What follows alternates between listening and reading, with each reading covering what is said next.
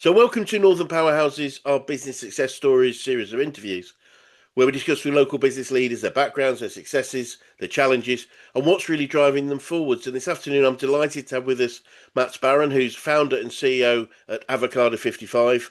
So, Matt, firstly, thank you so much for spending some time with us. And if you'd like to introduce yourself, Avocado55, what you do, how you help people, that would be wonderful. Brilliant, Chris. Thank you. I lead, I'm very lucky to lead Avocado55. We're an independent and impartial, and I kind of put those words in bold, service transformation business. So we help any type of service organization transform to become the best they can be and actually become something often they didn't realize they could be. Yep. That's from a customer perspective, what they deliver for their clients, particularly about how they create an environment to be enjoyed by their employees, as in they love what they're doing. If you invest in your people, then you don't really have to invest in a lot of service training, etc. It comes naturally. Yep. And particularly in the current climate, we are absolutely brilliant at helping organizations save money to reinvest. Often our job is to enable companies to do more with the same from a Yep. budget perspective, but often we do get involved with organizations that are really struggling, and we're proud of our track record to help them get out of the kind of mess they're often in, either financially or from a lack of direction. Yep. I talk a lot currently about decision paralysis, which has really hit the service industry within the last the last year, probably since the end of 2024. Starting to see some change, but we're a company that really encourages organizations to speak to us so we can help you get out of that paralysis. Great. Great. We're about a 30 strong organization. I'm proud to say, comparable in capability to any of the large consultancies as far as what we can do as far as service transformation. Yep. But everybody who works for us is scarred with running organizations and transforming organizations from a client perspective. So no insult to any consultancies.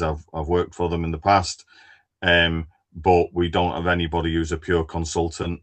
Everybody who works for us is vouched for, and it's kind of a business family in some respects. Lovely. Well, great way to describe it. And I would think that sort of relationship side is so important when you're dealing with customer service, isn't it? Because for me, it's all about building relationships. Um, Absolutely. Whether it's people talking to clients on the phone, as in customers on the phone, or whether it's us explaining our credentials to people who might buy our services. Since COVID, the world has changed, yes. and it's great that we can reach out to many more organizations without having to get on a train or a plane. But Yeah. sometimes that also has its negatives. So, Yes. one of my kind of bingo terms that my team will, look out for is me saying, and we'll have to grab a beer at some point, but I genuinely mean it, because Yes. the trust is a big thing in business. Yeah. And with all the research that's been done recently from why do consumers buy services, particularly in financial services, and why do financial services companies buy services from advisors? Trust is the number one Yeah. kind of reason for purchase. Yeah. It is just a fundamental, isn't it? I think it's Tom Hopkins. He talks a lot about sales Yeah. process. The one I love that he talks about is trust, need, help, and hurry. And, Yes. and it starts with trust. It's like, if you don't get trust, don't bother with anything else, because it would be a waste of time. So I completely agree. Trust is the foundation of all effective. I was going to say transactions, but also relationships, isn't it? It's just the basis of everything, Matt. Of course it is. Yeah. Any relationship in life, whether it's business or personal. Absolutely. So, Matt, if we maybe start by looking backwards a little bit about, you can tell us a little bit more about your background, how you got into business, and why this particular one for you. Um, well, personal background, Yorkshire lad, properly from Bradford. Uh, yeah, didn't do amazingly brilliantly at school. I was gonna, kind of my heart was set on becoming um, a, a someone who was paid to play cricket. I won't say professional, but um, and realised that I didn't really have the ambition, probably the fitness either at the time. Although looking back now, I'm certainly significantly, I was certainly a lot more fitter at kind of 16, 17 than I Yes. am now. Me Um, too. and and then my second kind of desire was to go into the Navy, and I never did it. I was told I had a medical condition that years later I didn't have, so that was Oh no. just weird. Yeah. So, but I believe in fate. I think Yes. sometimes you have to make your own destiny. Um, so yeah, so that kind of background fell into doing college courses in a subject that I knew about. I worked in hotels, so I did management, catering, hotel and catering management, and then fell out into the world of retail. Never worked in a hotel, even though I'd spent 4 years doing qualifications in it, got a nice degree in it, and everything.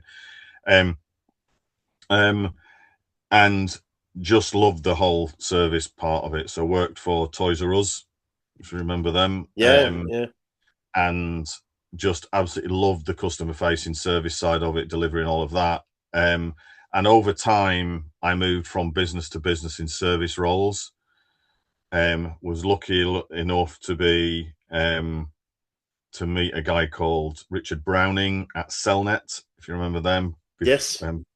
forerunner to O2. Yep. Um, Challenged me like I'd never been challenged in an interview before, and I thought I haven't got this job. And yeah, lo and behold, I was driving home, and he rang up and said, "I want you to come for a second interview. I want you to have the role."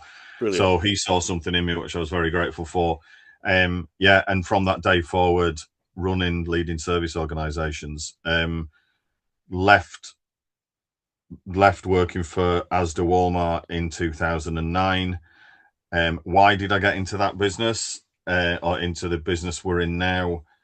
I was constantly seeing consultancies coming in, giving off the shelf solutions which were not applicable or very low Right. percentage applicable, and seeing the internal organization and the internally within the organization, they were struggling to adopt the recommendations. There was no plan, there was no operating model, there was no Right. process engineering, there was nothing. And I'd grown up and kind of educated myself in these practices, and then I went and did them formally. So I became a transformation director for several organisations, and then um, went to work with, sorry, at as a contractor for only a short period of time at EasyJet. Right. Unbelievable experience, and stayed there leading the service business for um, working for a couple of brilliant service directors and a really great chief marketing officer. I think chief commercial officer, who's actually known as, for nearly 4 years, and then out of that, with the team that I had at EasyJet, we created Avocado. And an avocado is kind of that. I always say to people, if you were going to create a service transformation business and you'd sit down for a few hours and write down what you wanted, you wouldn't actually get far off where Avocado's got to in kind of 7, 8 years.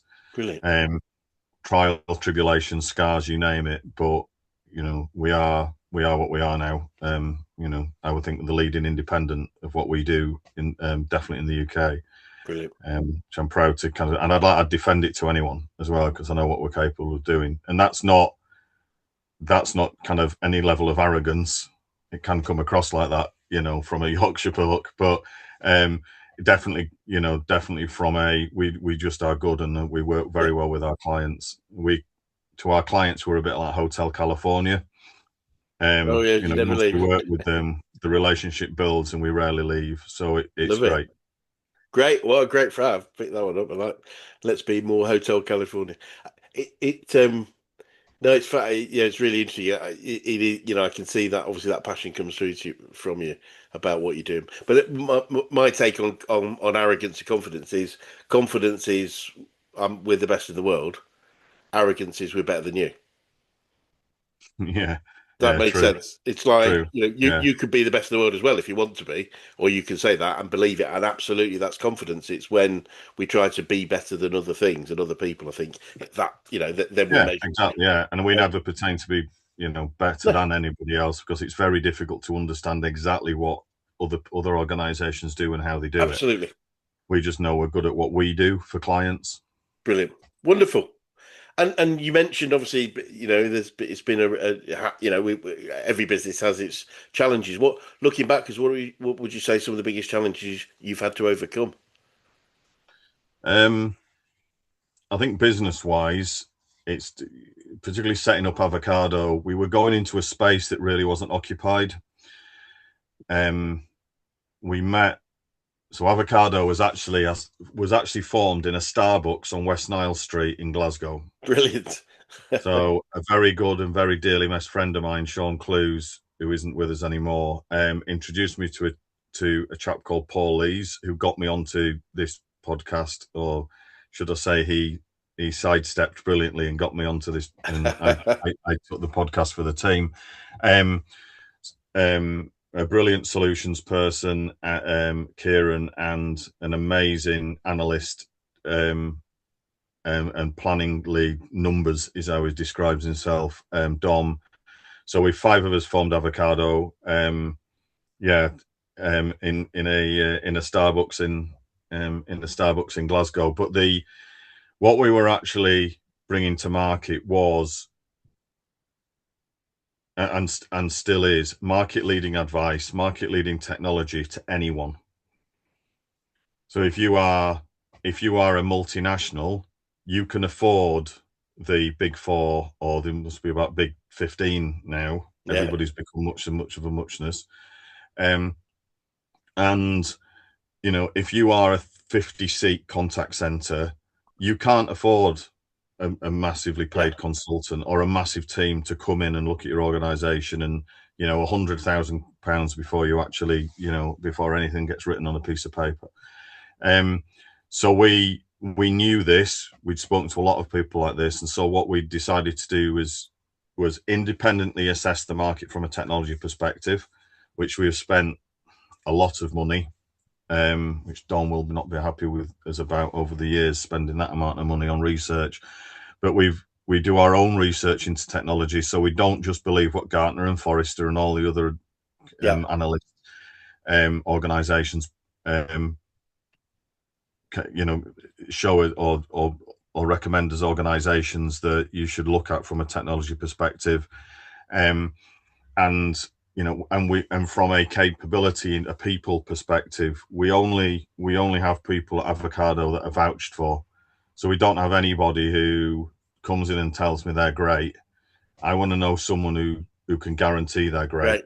And because we've got such a great network, the degrees of separation between individuals are very small Yes, nowadays. And you can yeah, always, the joy of LinkedIn, you can always find someone who or they know who yeah, might know the person.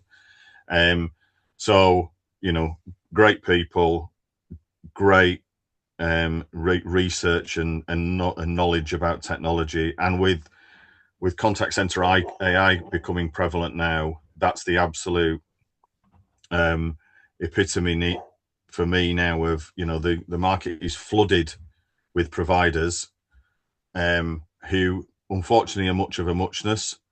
And we carrying on that ilk, we started back in early 2025 and spent nearly a year assessing the market, and we've come up with what we now call the benchmark. So we have two or three providers that we've selected as our benchmark yeah. providers. Now Brilliant. there are others. So for example, today I was speaking to our COO, he's brought another onto the list, and that's been assessed because we were really impressed by their capability, their approach. But yeah, so kind of that, kind of gone a long way in that one. But actually, that's the premise of Avocado, where they give you the right advice from the right people. but we actually deliver it as well. So we're not just advisors. We will take you from working out your strategy right to watching your ROI deliver. And that's what makes me really proud of what we do. Brilliant, brilliant. And what would you say? Obviously, you've grown a successful business, 30 people. That's what would you say the biggest things you've learned about growing a business, Matt? Um, that what we know after 7 years, I wish we'd known in year one. Yes. That's never. We should have taken.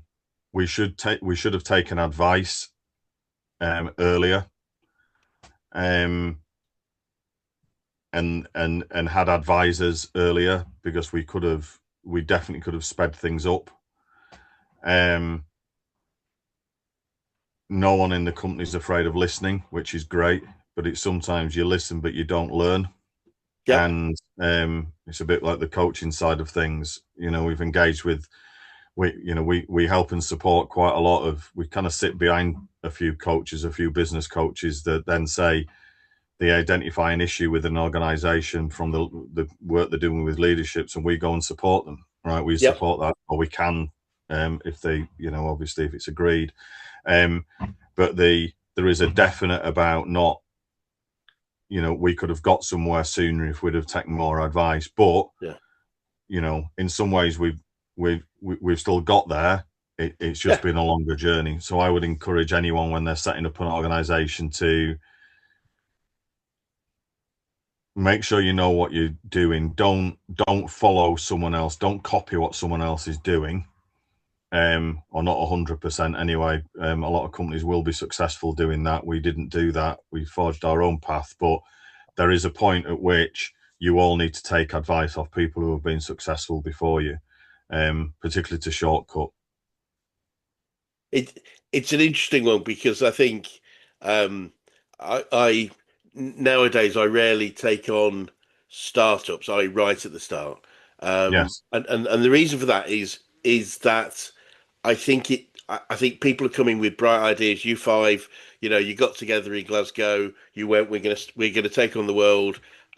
You probably, you forgive me if I'm wrong, but the weren't ready for any help or advice until, and this is what I find, we've had a bit of the crap kicked out of us, and actually Yeah. the bright I and agree. shiny idea Totally was. agree. And so that's my thing. So I do work with start. I have worked still work with startups, but it's got to be about you're ready for advice, and not everybody is, and that's okay. It's sometimes we're just going to learn some lessons, but I think taking your point is uh, do it as early as is reasonable and when you're ready, if that makes sense. I think that's Absolutely. that's No, really no, really totally agree. really key. Yeah, but yes, I think there's a little bit of world weariness helps us to open our minds occasionally. No, absolutely. And obviously, to mention us being coaches, I'm keen to know who the best coaches you've worked with, whether that's business, sport, or life in general. Who's had the biggest impact on you? Um, I think sport-wise, I wish I'd had more coaching when I was young. That was a shame, but you know, it isn't the same now. But there was a lot of bias when I was so where you came from meant which cricket clubs you could go and play for and things like that, and what Yes. coaching you could get, which I still love. I still love playing cricket. I travel 70 miles to my home ground because I live in northwest Scotland now, and Oh wow. um, um, but it said, yeah, I mean, you make your own way. I think, I've got this thing about you forge your own path. I've said a few times. From a business perspective, I think coaches are often people that you don't, kind of in the 1990s, if you'd have said a business coach, someone would have kind of maybe, freaked for the average, kind of Absolutely. executive, or what I want to call. Um, I moved into a role in '95, and the guy who employed me, a brilliant Northern Irish chap called Terry Creaney, um, he he kind of saw something in the interview, and then when I started work for him, he let me go, and he would, and then he gave me the opportunity to take more and more and more on. And that enough rope to hang yourself is actually one of the best things that anybody from a person who is your line manager can give you. You know, I think there's that they're always going to just pull you back before the edge. But then when I was at Cellnet, I think it was BT Cellnet at the time, various names, name changes when I was there. A new service director came in called Duncan Wallace, and he engaged a company called Sporting Body Mind, Right. who were quite legendary. There was a psychologist and a sports coach, and they brought this together, and it was amazing. And they got you thinking about things in a totally different way. Yeah. And round about that time again, I was lucky enough to go on into a fabled leadership kind of program at BT. It was sponsored by BT, or it was owned by BT, and it was run by a guy called John Ridgway up in the Highlands of Scotland, about 150 mile, 200 mile, well, 150 mile from where I am now, at a place called Ardmore. And you know, I was, age would I be, early 30s, go-getting, being really successful, you know, quite forthright, etc. And this guy was an ex-Marine, rode the Atlantic with Shea Blythe, and he just put his hand on my shoulder and said, "You've got something." Right? I went, "Oh, thank you very much." But he said, "Leadership is not a popularity contest." No. And I was like, and I didn't get it. And then later, the last night, because I still am, I suppose, a scuba diving instructor. I haven't done it for a while. He was diving on his own, not realizing the risk of decompression sickness, and I kind of hopefully I helped him understand that he needed to be a bit more careful, and I got him to buy a diving computer and things like that. And we were sat there at night, kind of, you know, quiet outside while everybody else was still inside this building. And he qualified what he meant by leadership is not a popularity contest. He said people will always encourage people to go with them to a journey. But he said sometimes, you know, as a military leader, you will have to put someone in front who could be hurt. And often you will have to leave people behind. You can't take everybody with you. And you will have to make decisions to get rid of people that think they should be on the team that aren't. Yeah. And he was explaining it, and it stood me in good stead. You know, I love working with great people, but sometimes you have to say you're not for this team. You are causing too many issues. And I think if you do it in a respectful way, yeah, absolutely, then you are respected for the decision you make, even by the person. You know, one chap who I worked with, you know, I'd sacked him. He was a contractor, and he'd outstayed his welcome. But we remain very good friends and extremely, you know, have a lot of respect for each other. And he respected the decision I made at the time, and he understood why I made it. So, brilliant. Yeah. And the other one, and the final one, for anybody who from the EasyJet days ever listens to this, a chap called Peter Duffy. So he now runs Money Supermarket Group. Okay. Peter, I think, will probably describe himself as a bit like Marmite. And the first time I ever met Peter, I wouldn't say clashed with him, but I disagreed with him in a meeting, and we'd only been previously just introduced, and then we're into a meeting. And he came up to me and he said, "You know, if you weren't so big, you know, I'd kind of clatter you, or, you know, whatever." And from that day forward, we've just been very good friends. Brilliant. And the advice, I mean, we classed a few people, Peter, and also the ex-COO, Graham Caulfield, ex-COO of Just Eat, people of that ilk as kind of sponsors to our business. So they'll informally think about this, do that, you should be doing this.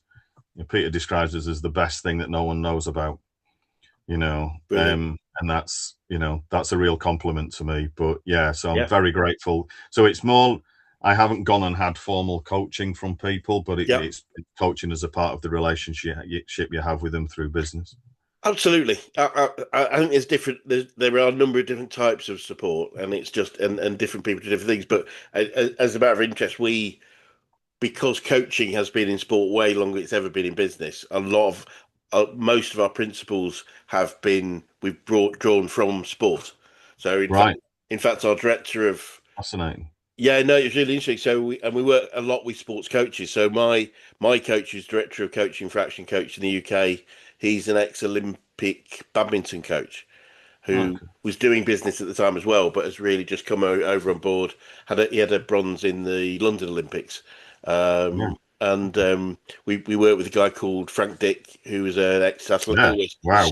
Yeah. There. if you know Yeah. Frank, he The comes on frantic. exactly right, the Frank Mm. Dick. So he'll be on a we have a morning event every morning, and he'll be on that a couple of times a month, just giving us his ideas and his knowledge and experience. If you know who he is, then he's quite Mm. an experienced guy, and so we draw that because I think coaching is very much about drawing out of the individual.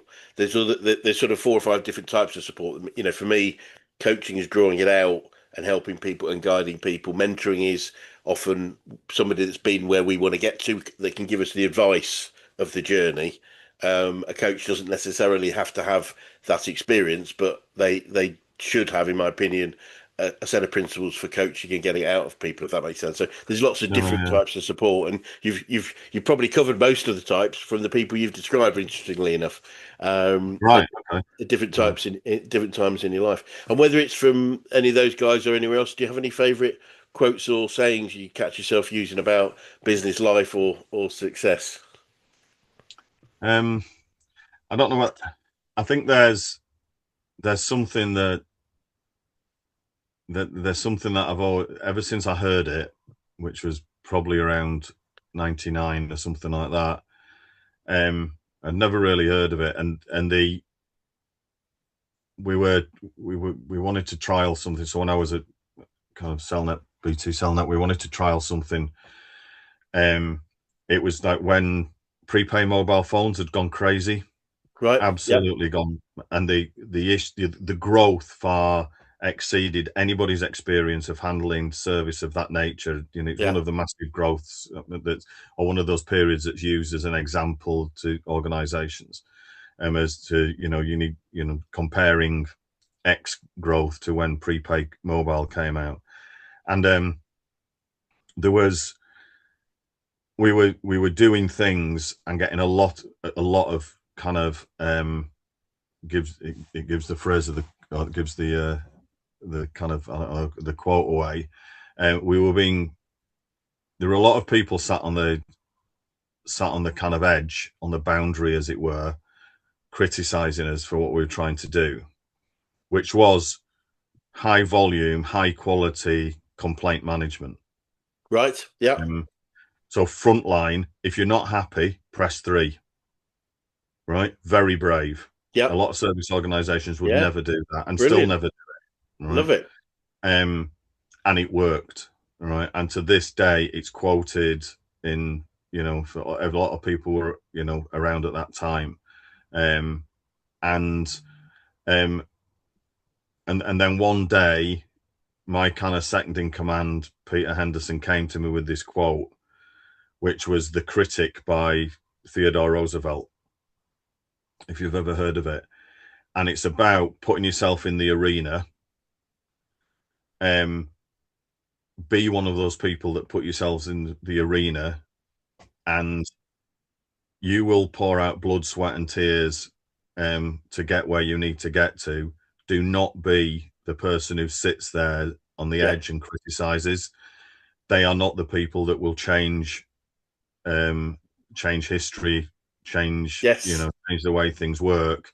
Love it. It's the people who face into challenges and Yeah. go and have a go, I suppose, if Yep. in a more kind of Yorkshire way. But and yeah, I always think now in this, we are facing from us in the customer service industry, this is the biggest change with contact center AI coming into play that has been seen since really call centers were in theory invented. Yeah, yeah. Instead of having people in shops, they put them in one building and you rang a phone number rather than going in a shop to get service. And this is the most fundamental change since. And within the last few months, you have got quotes coming out from everywhere saying 90% failure rate of any AI products going into play. And I know from our perspective that ain't true. And I'm not saying that the research isn't correct, right? Because I think it is correct. The problem is, if you, I mean, we know AI stands for artificial intelligence, but actually, I'm kind of using a bit of a spin on it, saying that it's actually all about implementation. Because, when we were talking before the start, I said about, you could have someone in a supercar. You could put a child in a supercar, a young person in a supercar, a person who's never driven in a supercar. It'd still be a supercar, but they would never get the value, the enjoyment, the speed, the performance out of it. Yes. It's exactly the same with contact center AI. Yeah. Unless you plan properly, you sort your processes out, you sort your data out, you sort your knowledge out, you sort out what it can work off, and once you've got it set up, that's only half the problem. Then you've got to adjust your whole organization. Right. We were saying up to kind of talking to a lot of clients last year that you need to, in 25, you need to sort your contact center AI strategy out. What you're going to do, where you're going to use it, we can help you with it, which we did for a lot of companies. Now we're actually changing tack. When someone says, "Oh, can you help us with our AI strategy?" We take a step back and say, it will now form the basis of your strategy. So you need to literally throw everything away. Yeah. How you actually deal with your customers and deliver service, and how you provide a brilliant working environment for your employees, turn it on its head, and you have to think about AI and how that can assist humans working for you, agents working for you, and assist humans as far as customers are concerned. It's not, we preach that it's not around not about replacing. It's about actually replacing agents. It's about making their roles more enjoyable, and easier. Because right back to the beginning, it's all about relationships. Yeah. And if I'm worrying about a process and what I've got to do on a system, I can't give a great experience to you as a customer. No. And AI replaces all of that worry and that lack of focus. Yeah. So for me, it's kind of the challenge that hits us now and we're starting to face into is very much is one of how do you actually implement this brilliant technology. And there are only a small amount of companies who are doing that implementation very well. Right. And of course, I'm going to say that we're one of them. Right. Of course. Absolutely. But it is, I always say to people about the supercar, you can pay hundreds of thousands for a car, but if you can't drive it and you don't know what all the buttons do, then you really will struggle to get the value out of those what you've purchased. No, that makes sense. And Matt, I'm keen to know what you say you've learned about yourself throughout your journey so far. Oh, dangerous, isn't it? What in business or whatever you'd like to share. Yeah, I've got uncomfortable now, haven't I? Let me just let my Labrador puppy give me a moment to pause. You don't have to answer any of these questions. It's all good. No, not at all. What have I learned about myself? I'll be honest, as I know humans are sociable people, right? And, that's why we exist in groups and family groups and things. And that craving of acceptance that builds self-confidence in groups, as an only child, right? So you kind of, I was in some ways, when I look back, I think to myself, I can see how I changed in business because I did crave to be part of a group, but then over time you realize that you don't need the acceptance of others to know that you're good at what you do. Yep. And I think a lot of people, what they tend to do is they try and do too much, so they try to be everything to everyone. Yep. Definitely for a period of time, I tried to be that, and there was suddenly a realization for me. And I won't name the manager that I had for a very short time towards the last few months of his time working at Cellnet. But he actually said to me, "You will never be successful in a corporate organization, right? Because you are." He actually said I was too nice, right? And I was, Yep. and in some ways I took a positive from that, in the fact that, I wasn't a corporate animal. At the Yeah. same time, I was like, well, 4-letter word you, right? You obviously don't know me well enough. Years later, I met him, and he's in a huge role for a massive outsourcer now. And I've got so much respect for him, and he's a really great bloke. But he came to me and bought me a curry in the middle of London, and he said to me, I was wrong, right? And I'll tell you now, I was wrong. Brilliant. And that for me. So what have I learned is that you should be yourself, right? And don't try and be what others think you should be. Yes. 100%. If you're starting a company, don't just become one of the numbers in an organization.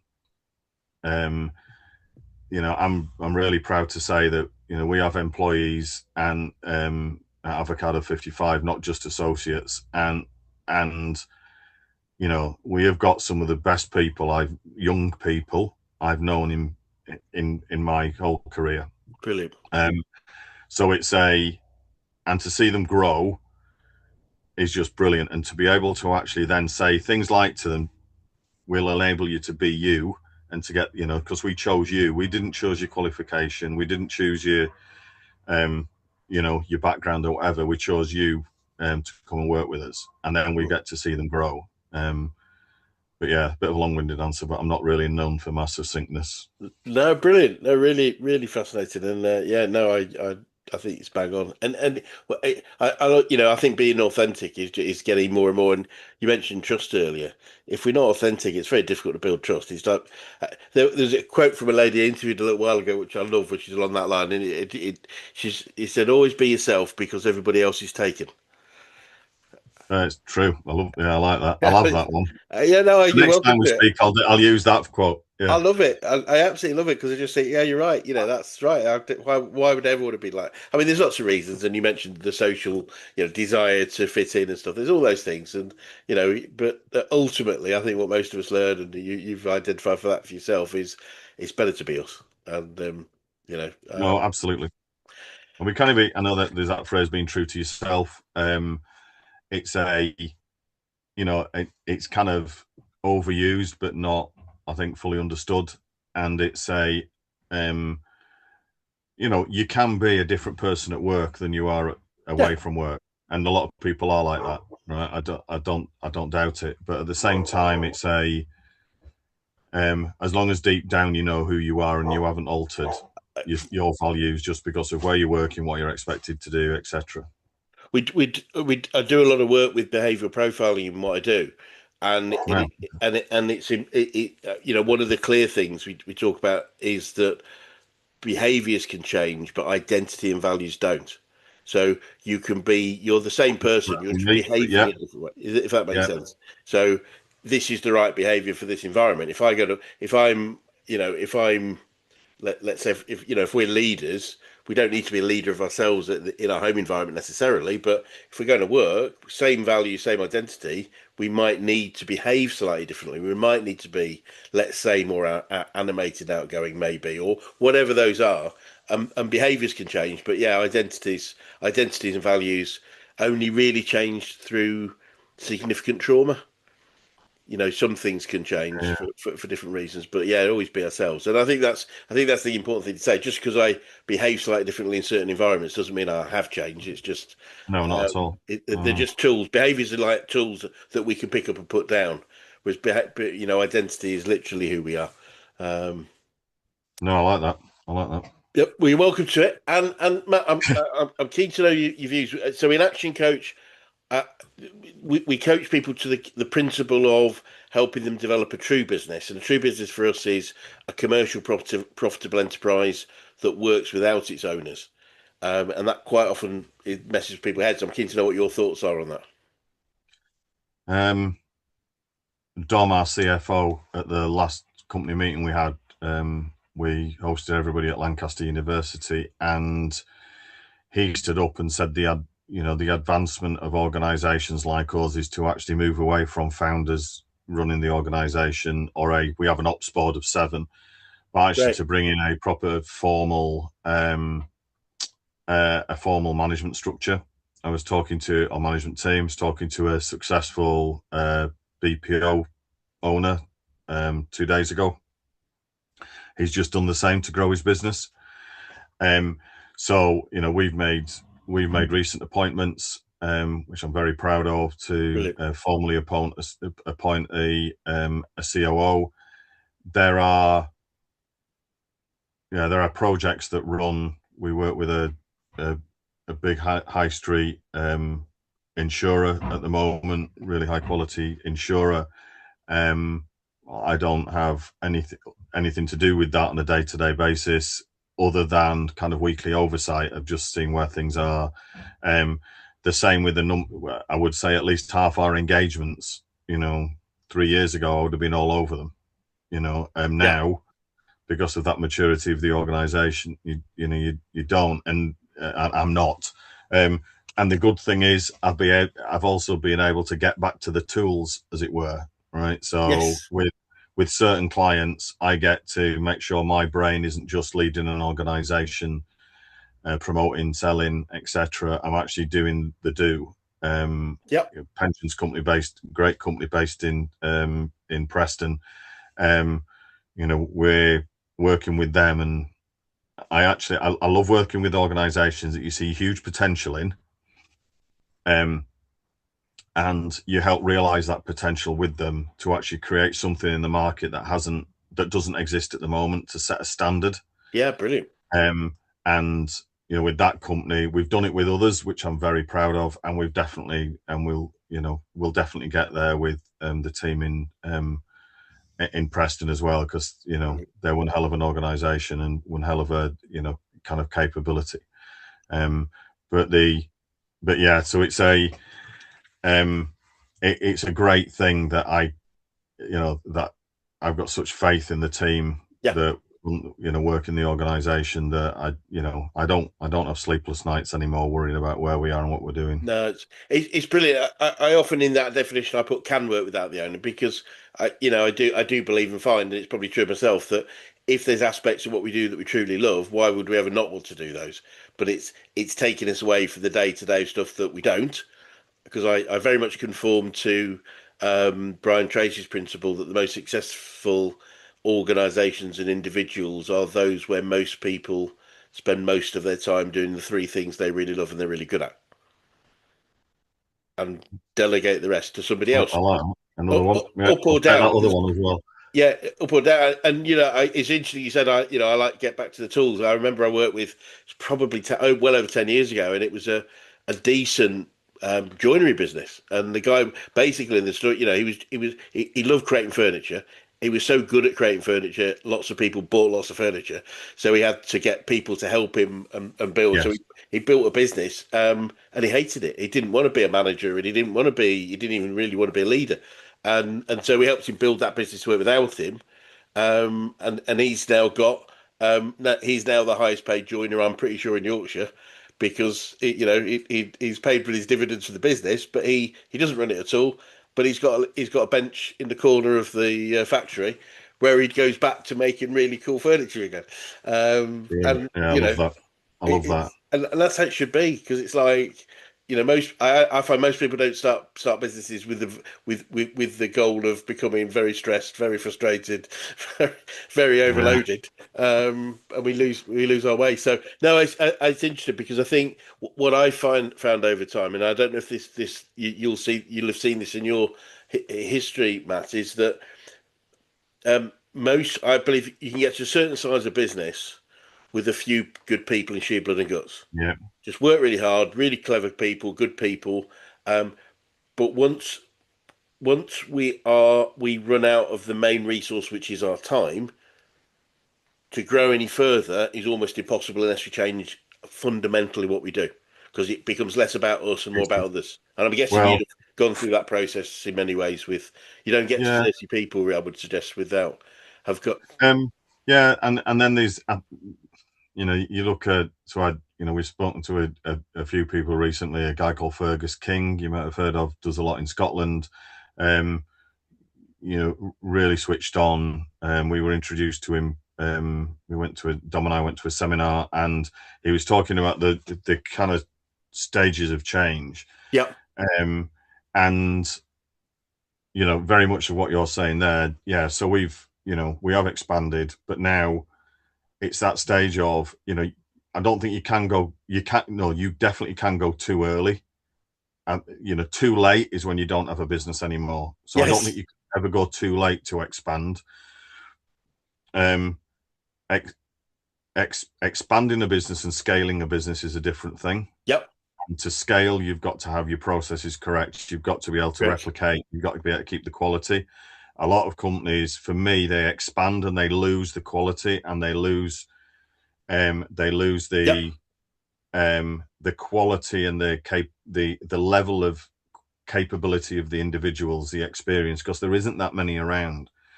The amount of people we have interviewed for senior roles, unfortunately, there are a lot of people looking for work at the moment, Yes. and there are a lot of good people.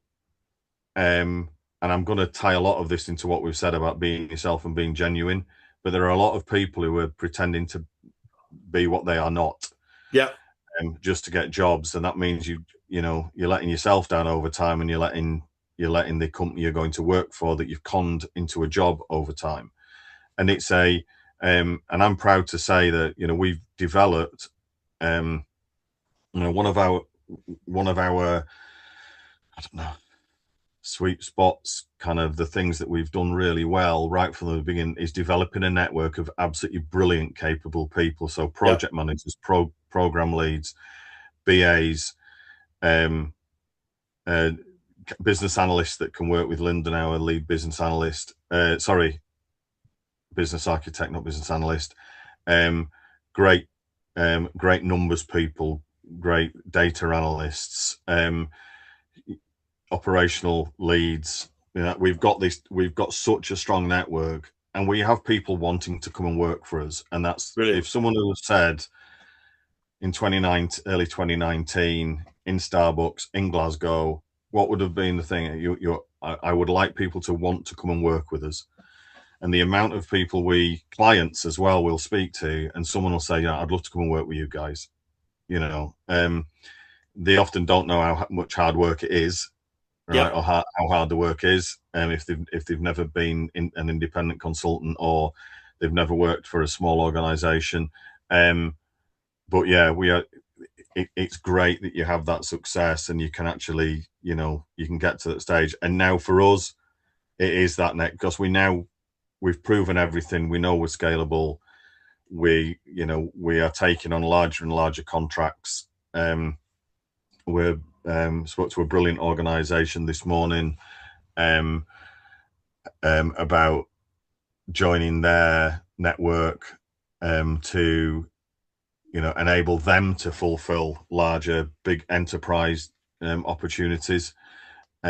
So to be in that position, it's great. I mean, and I think it's taken a while to get there, but 7 years is nothing really. No, no, so no. There's lots of organisations that have been operating a lot longer and still haven't got there. I think the one thing, if it helps at all, and you're clear that your team are brilliant, and I get that. What I've found, and I'm doing a lot of work with senior teams, is the I we did talk about identity, but the identity and skill sets of being a leader and a senior team. So we do a lot Yeah, of leadership and management training and coaching, not training, but coaching and training. Because what often happens is the founders sort of move on, and they've got great people, but they don't have enough time to keep them with them. So we sort of get that gap, and then when they put them in place, they don't. always have all the skills and knowledge they need, but it's difficult to say that when you're being promoted in place, if that makes sense. Yes, Um, yeah, oh, so completely. it's really quite important. We find, find people go, well, I'm so glad you're here because, I know I'm good at what I do, and and I'm really committed to the business. But there's areas of management, leadership, running meetings, stuff I've not had to do that I really don't feel comfortable with. But I haven't been able to say that in a way that that doesn't sound like I'm not good enough. But no, it's a fascinating time, and I do wish it's really interesting. 30 week. I was lucky enough to build a business to about 100, well, 100, just over 100 full-time employees, and then about another 20 to 30 consultants through time for when we were very, very busy. And there are certain stages of growth with teams. And Yeah, and you'll already see two or three yourself when, I always said the first 10, 15, possibly 20, you know them, you know their families, you know the yeah, dogs, absolutely, yeah. you know everything about them, and you have those sort of deep friendship conversations. And then once you get past 20 to sort of 50, you sort of know them. You might know the wife, but that's about it. And then to my detriment, I have to be honest, and I really feel bad about this. I remember, we were probably about 80 people, and I remember somebody walked past me in the corridor, and I went, "Who's that?" And I should never get that. I don't believe, but it was a size that we didn't recruit. You didn't see every individual, but it's a fascinating process, and it's great fun, but it also comes with lots of challenges. No, But absolutely. it's been fascinating to talk to you today, and I really, congratulate you on the success you've had, and I appreciate right now is obviously quite challenging with what's going on, but I guess it's also a great opportunity. So I'm sure you guys, Absolutely. Yeah. you guys will master that, and it'd be great to swing by in another 6, 12 months and just see what the next stages are of growth for I look avocado. But forward to it. That'll be really good. yeah, for now, thank you so much for your time. Thank you. Thank you.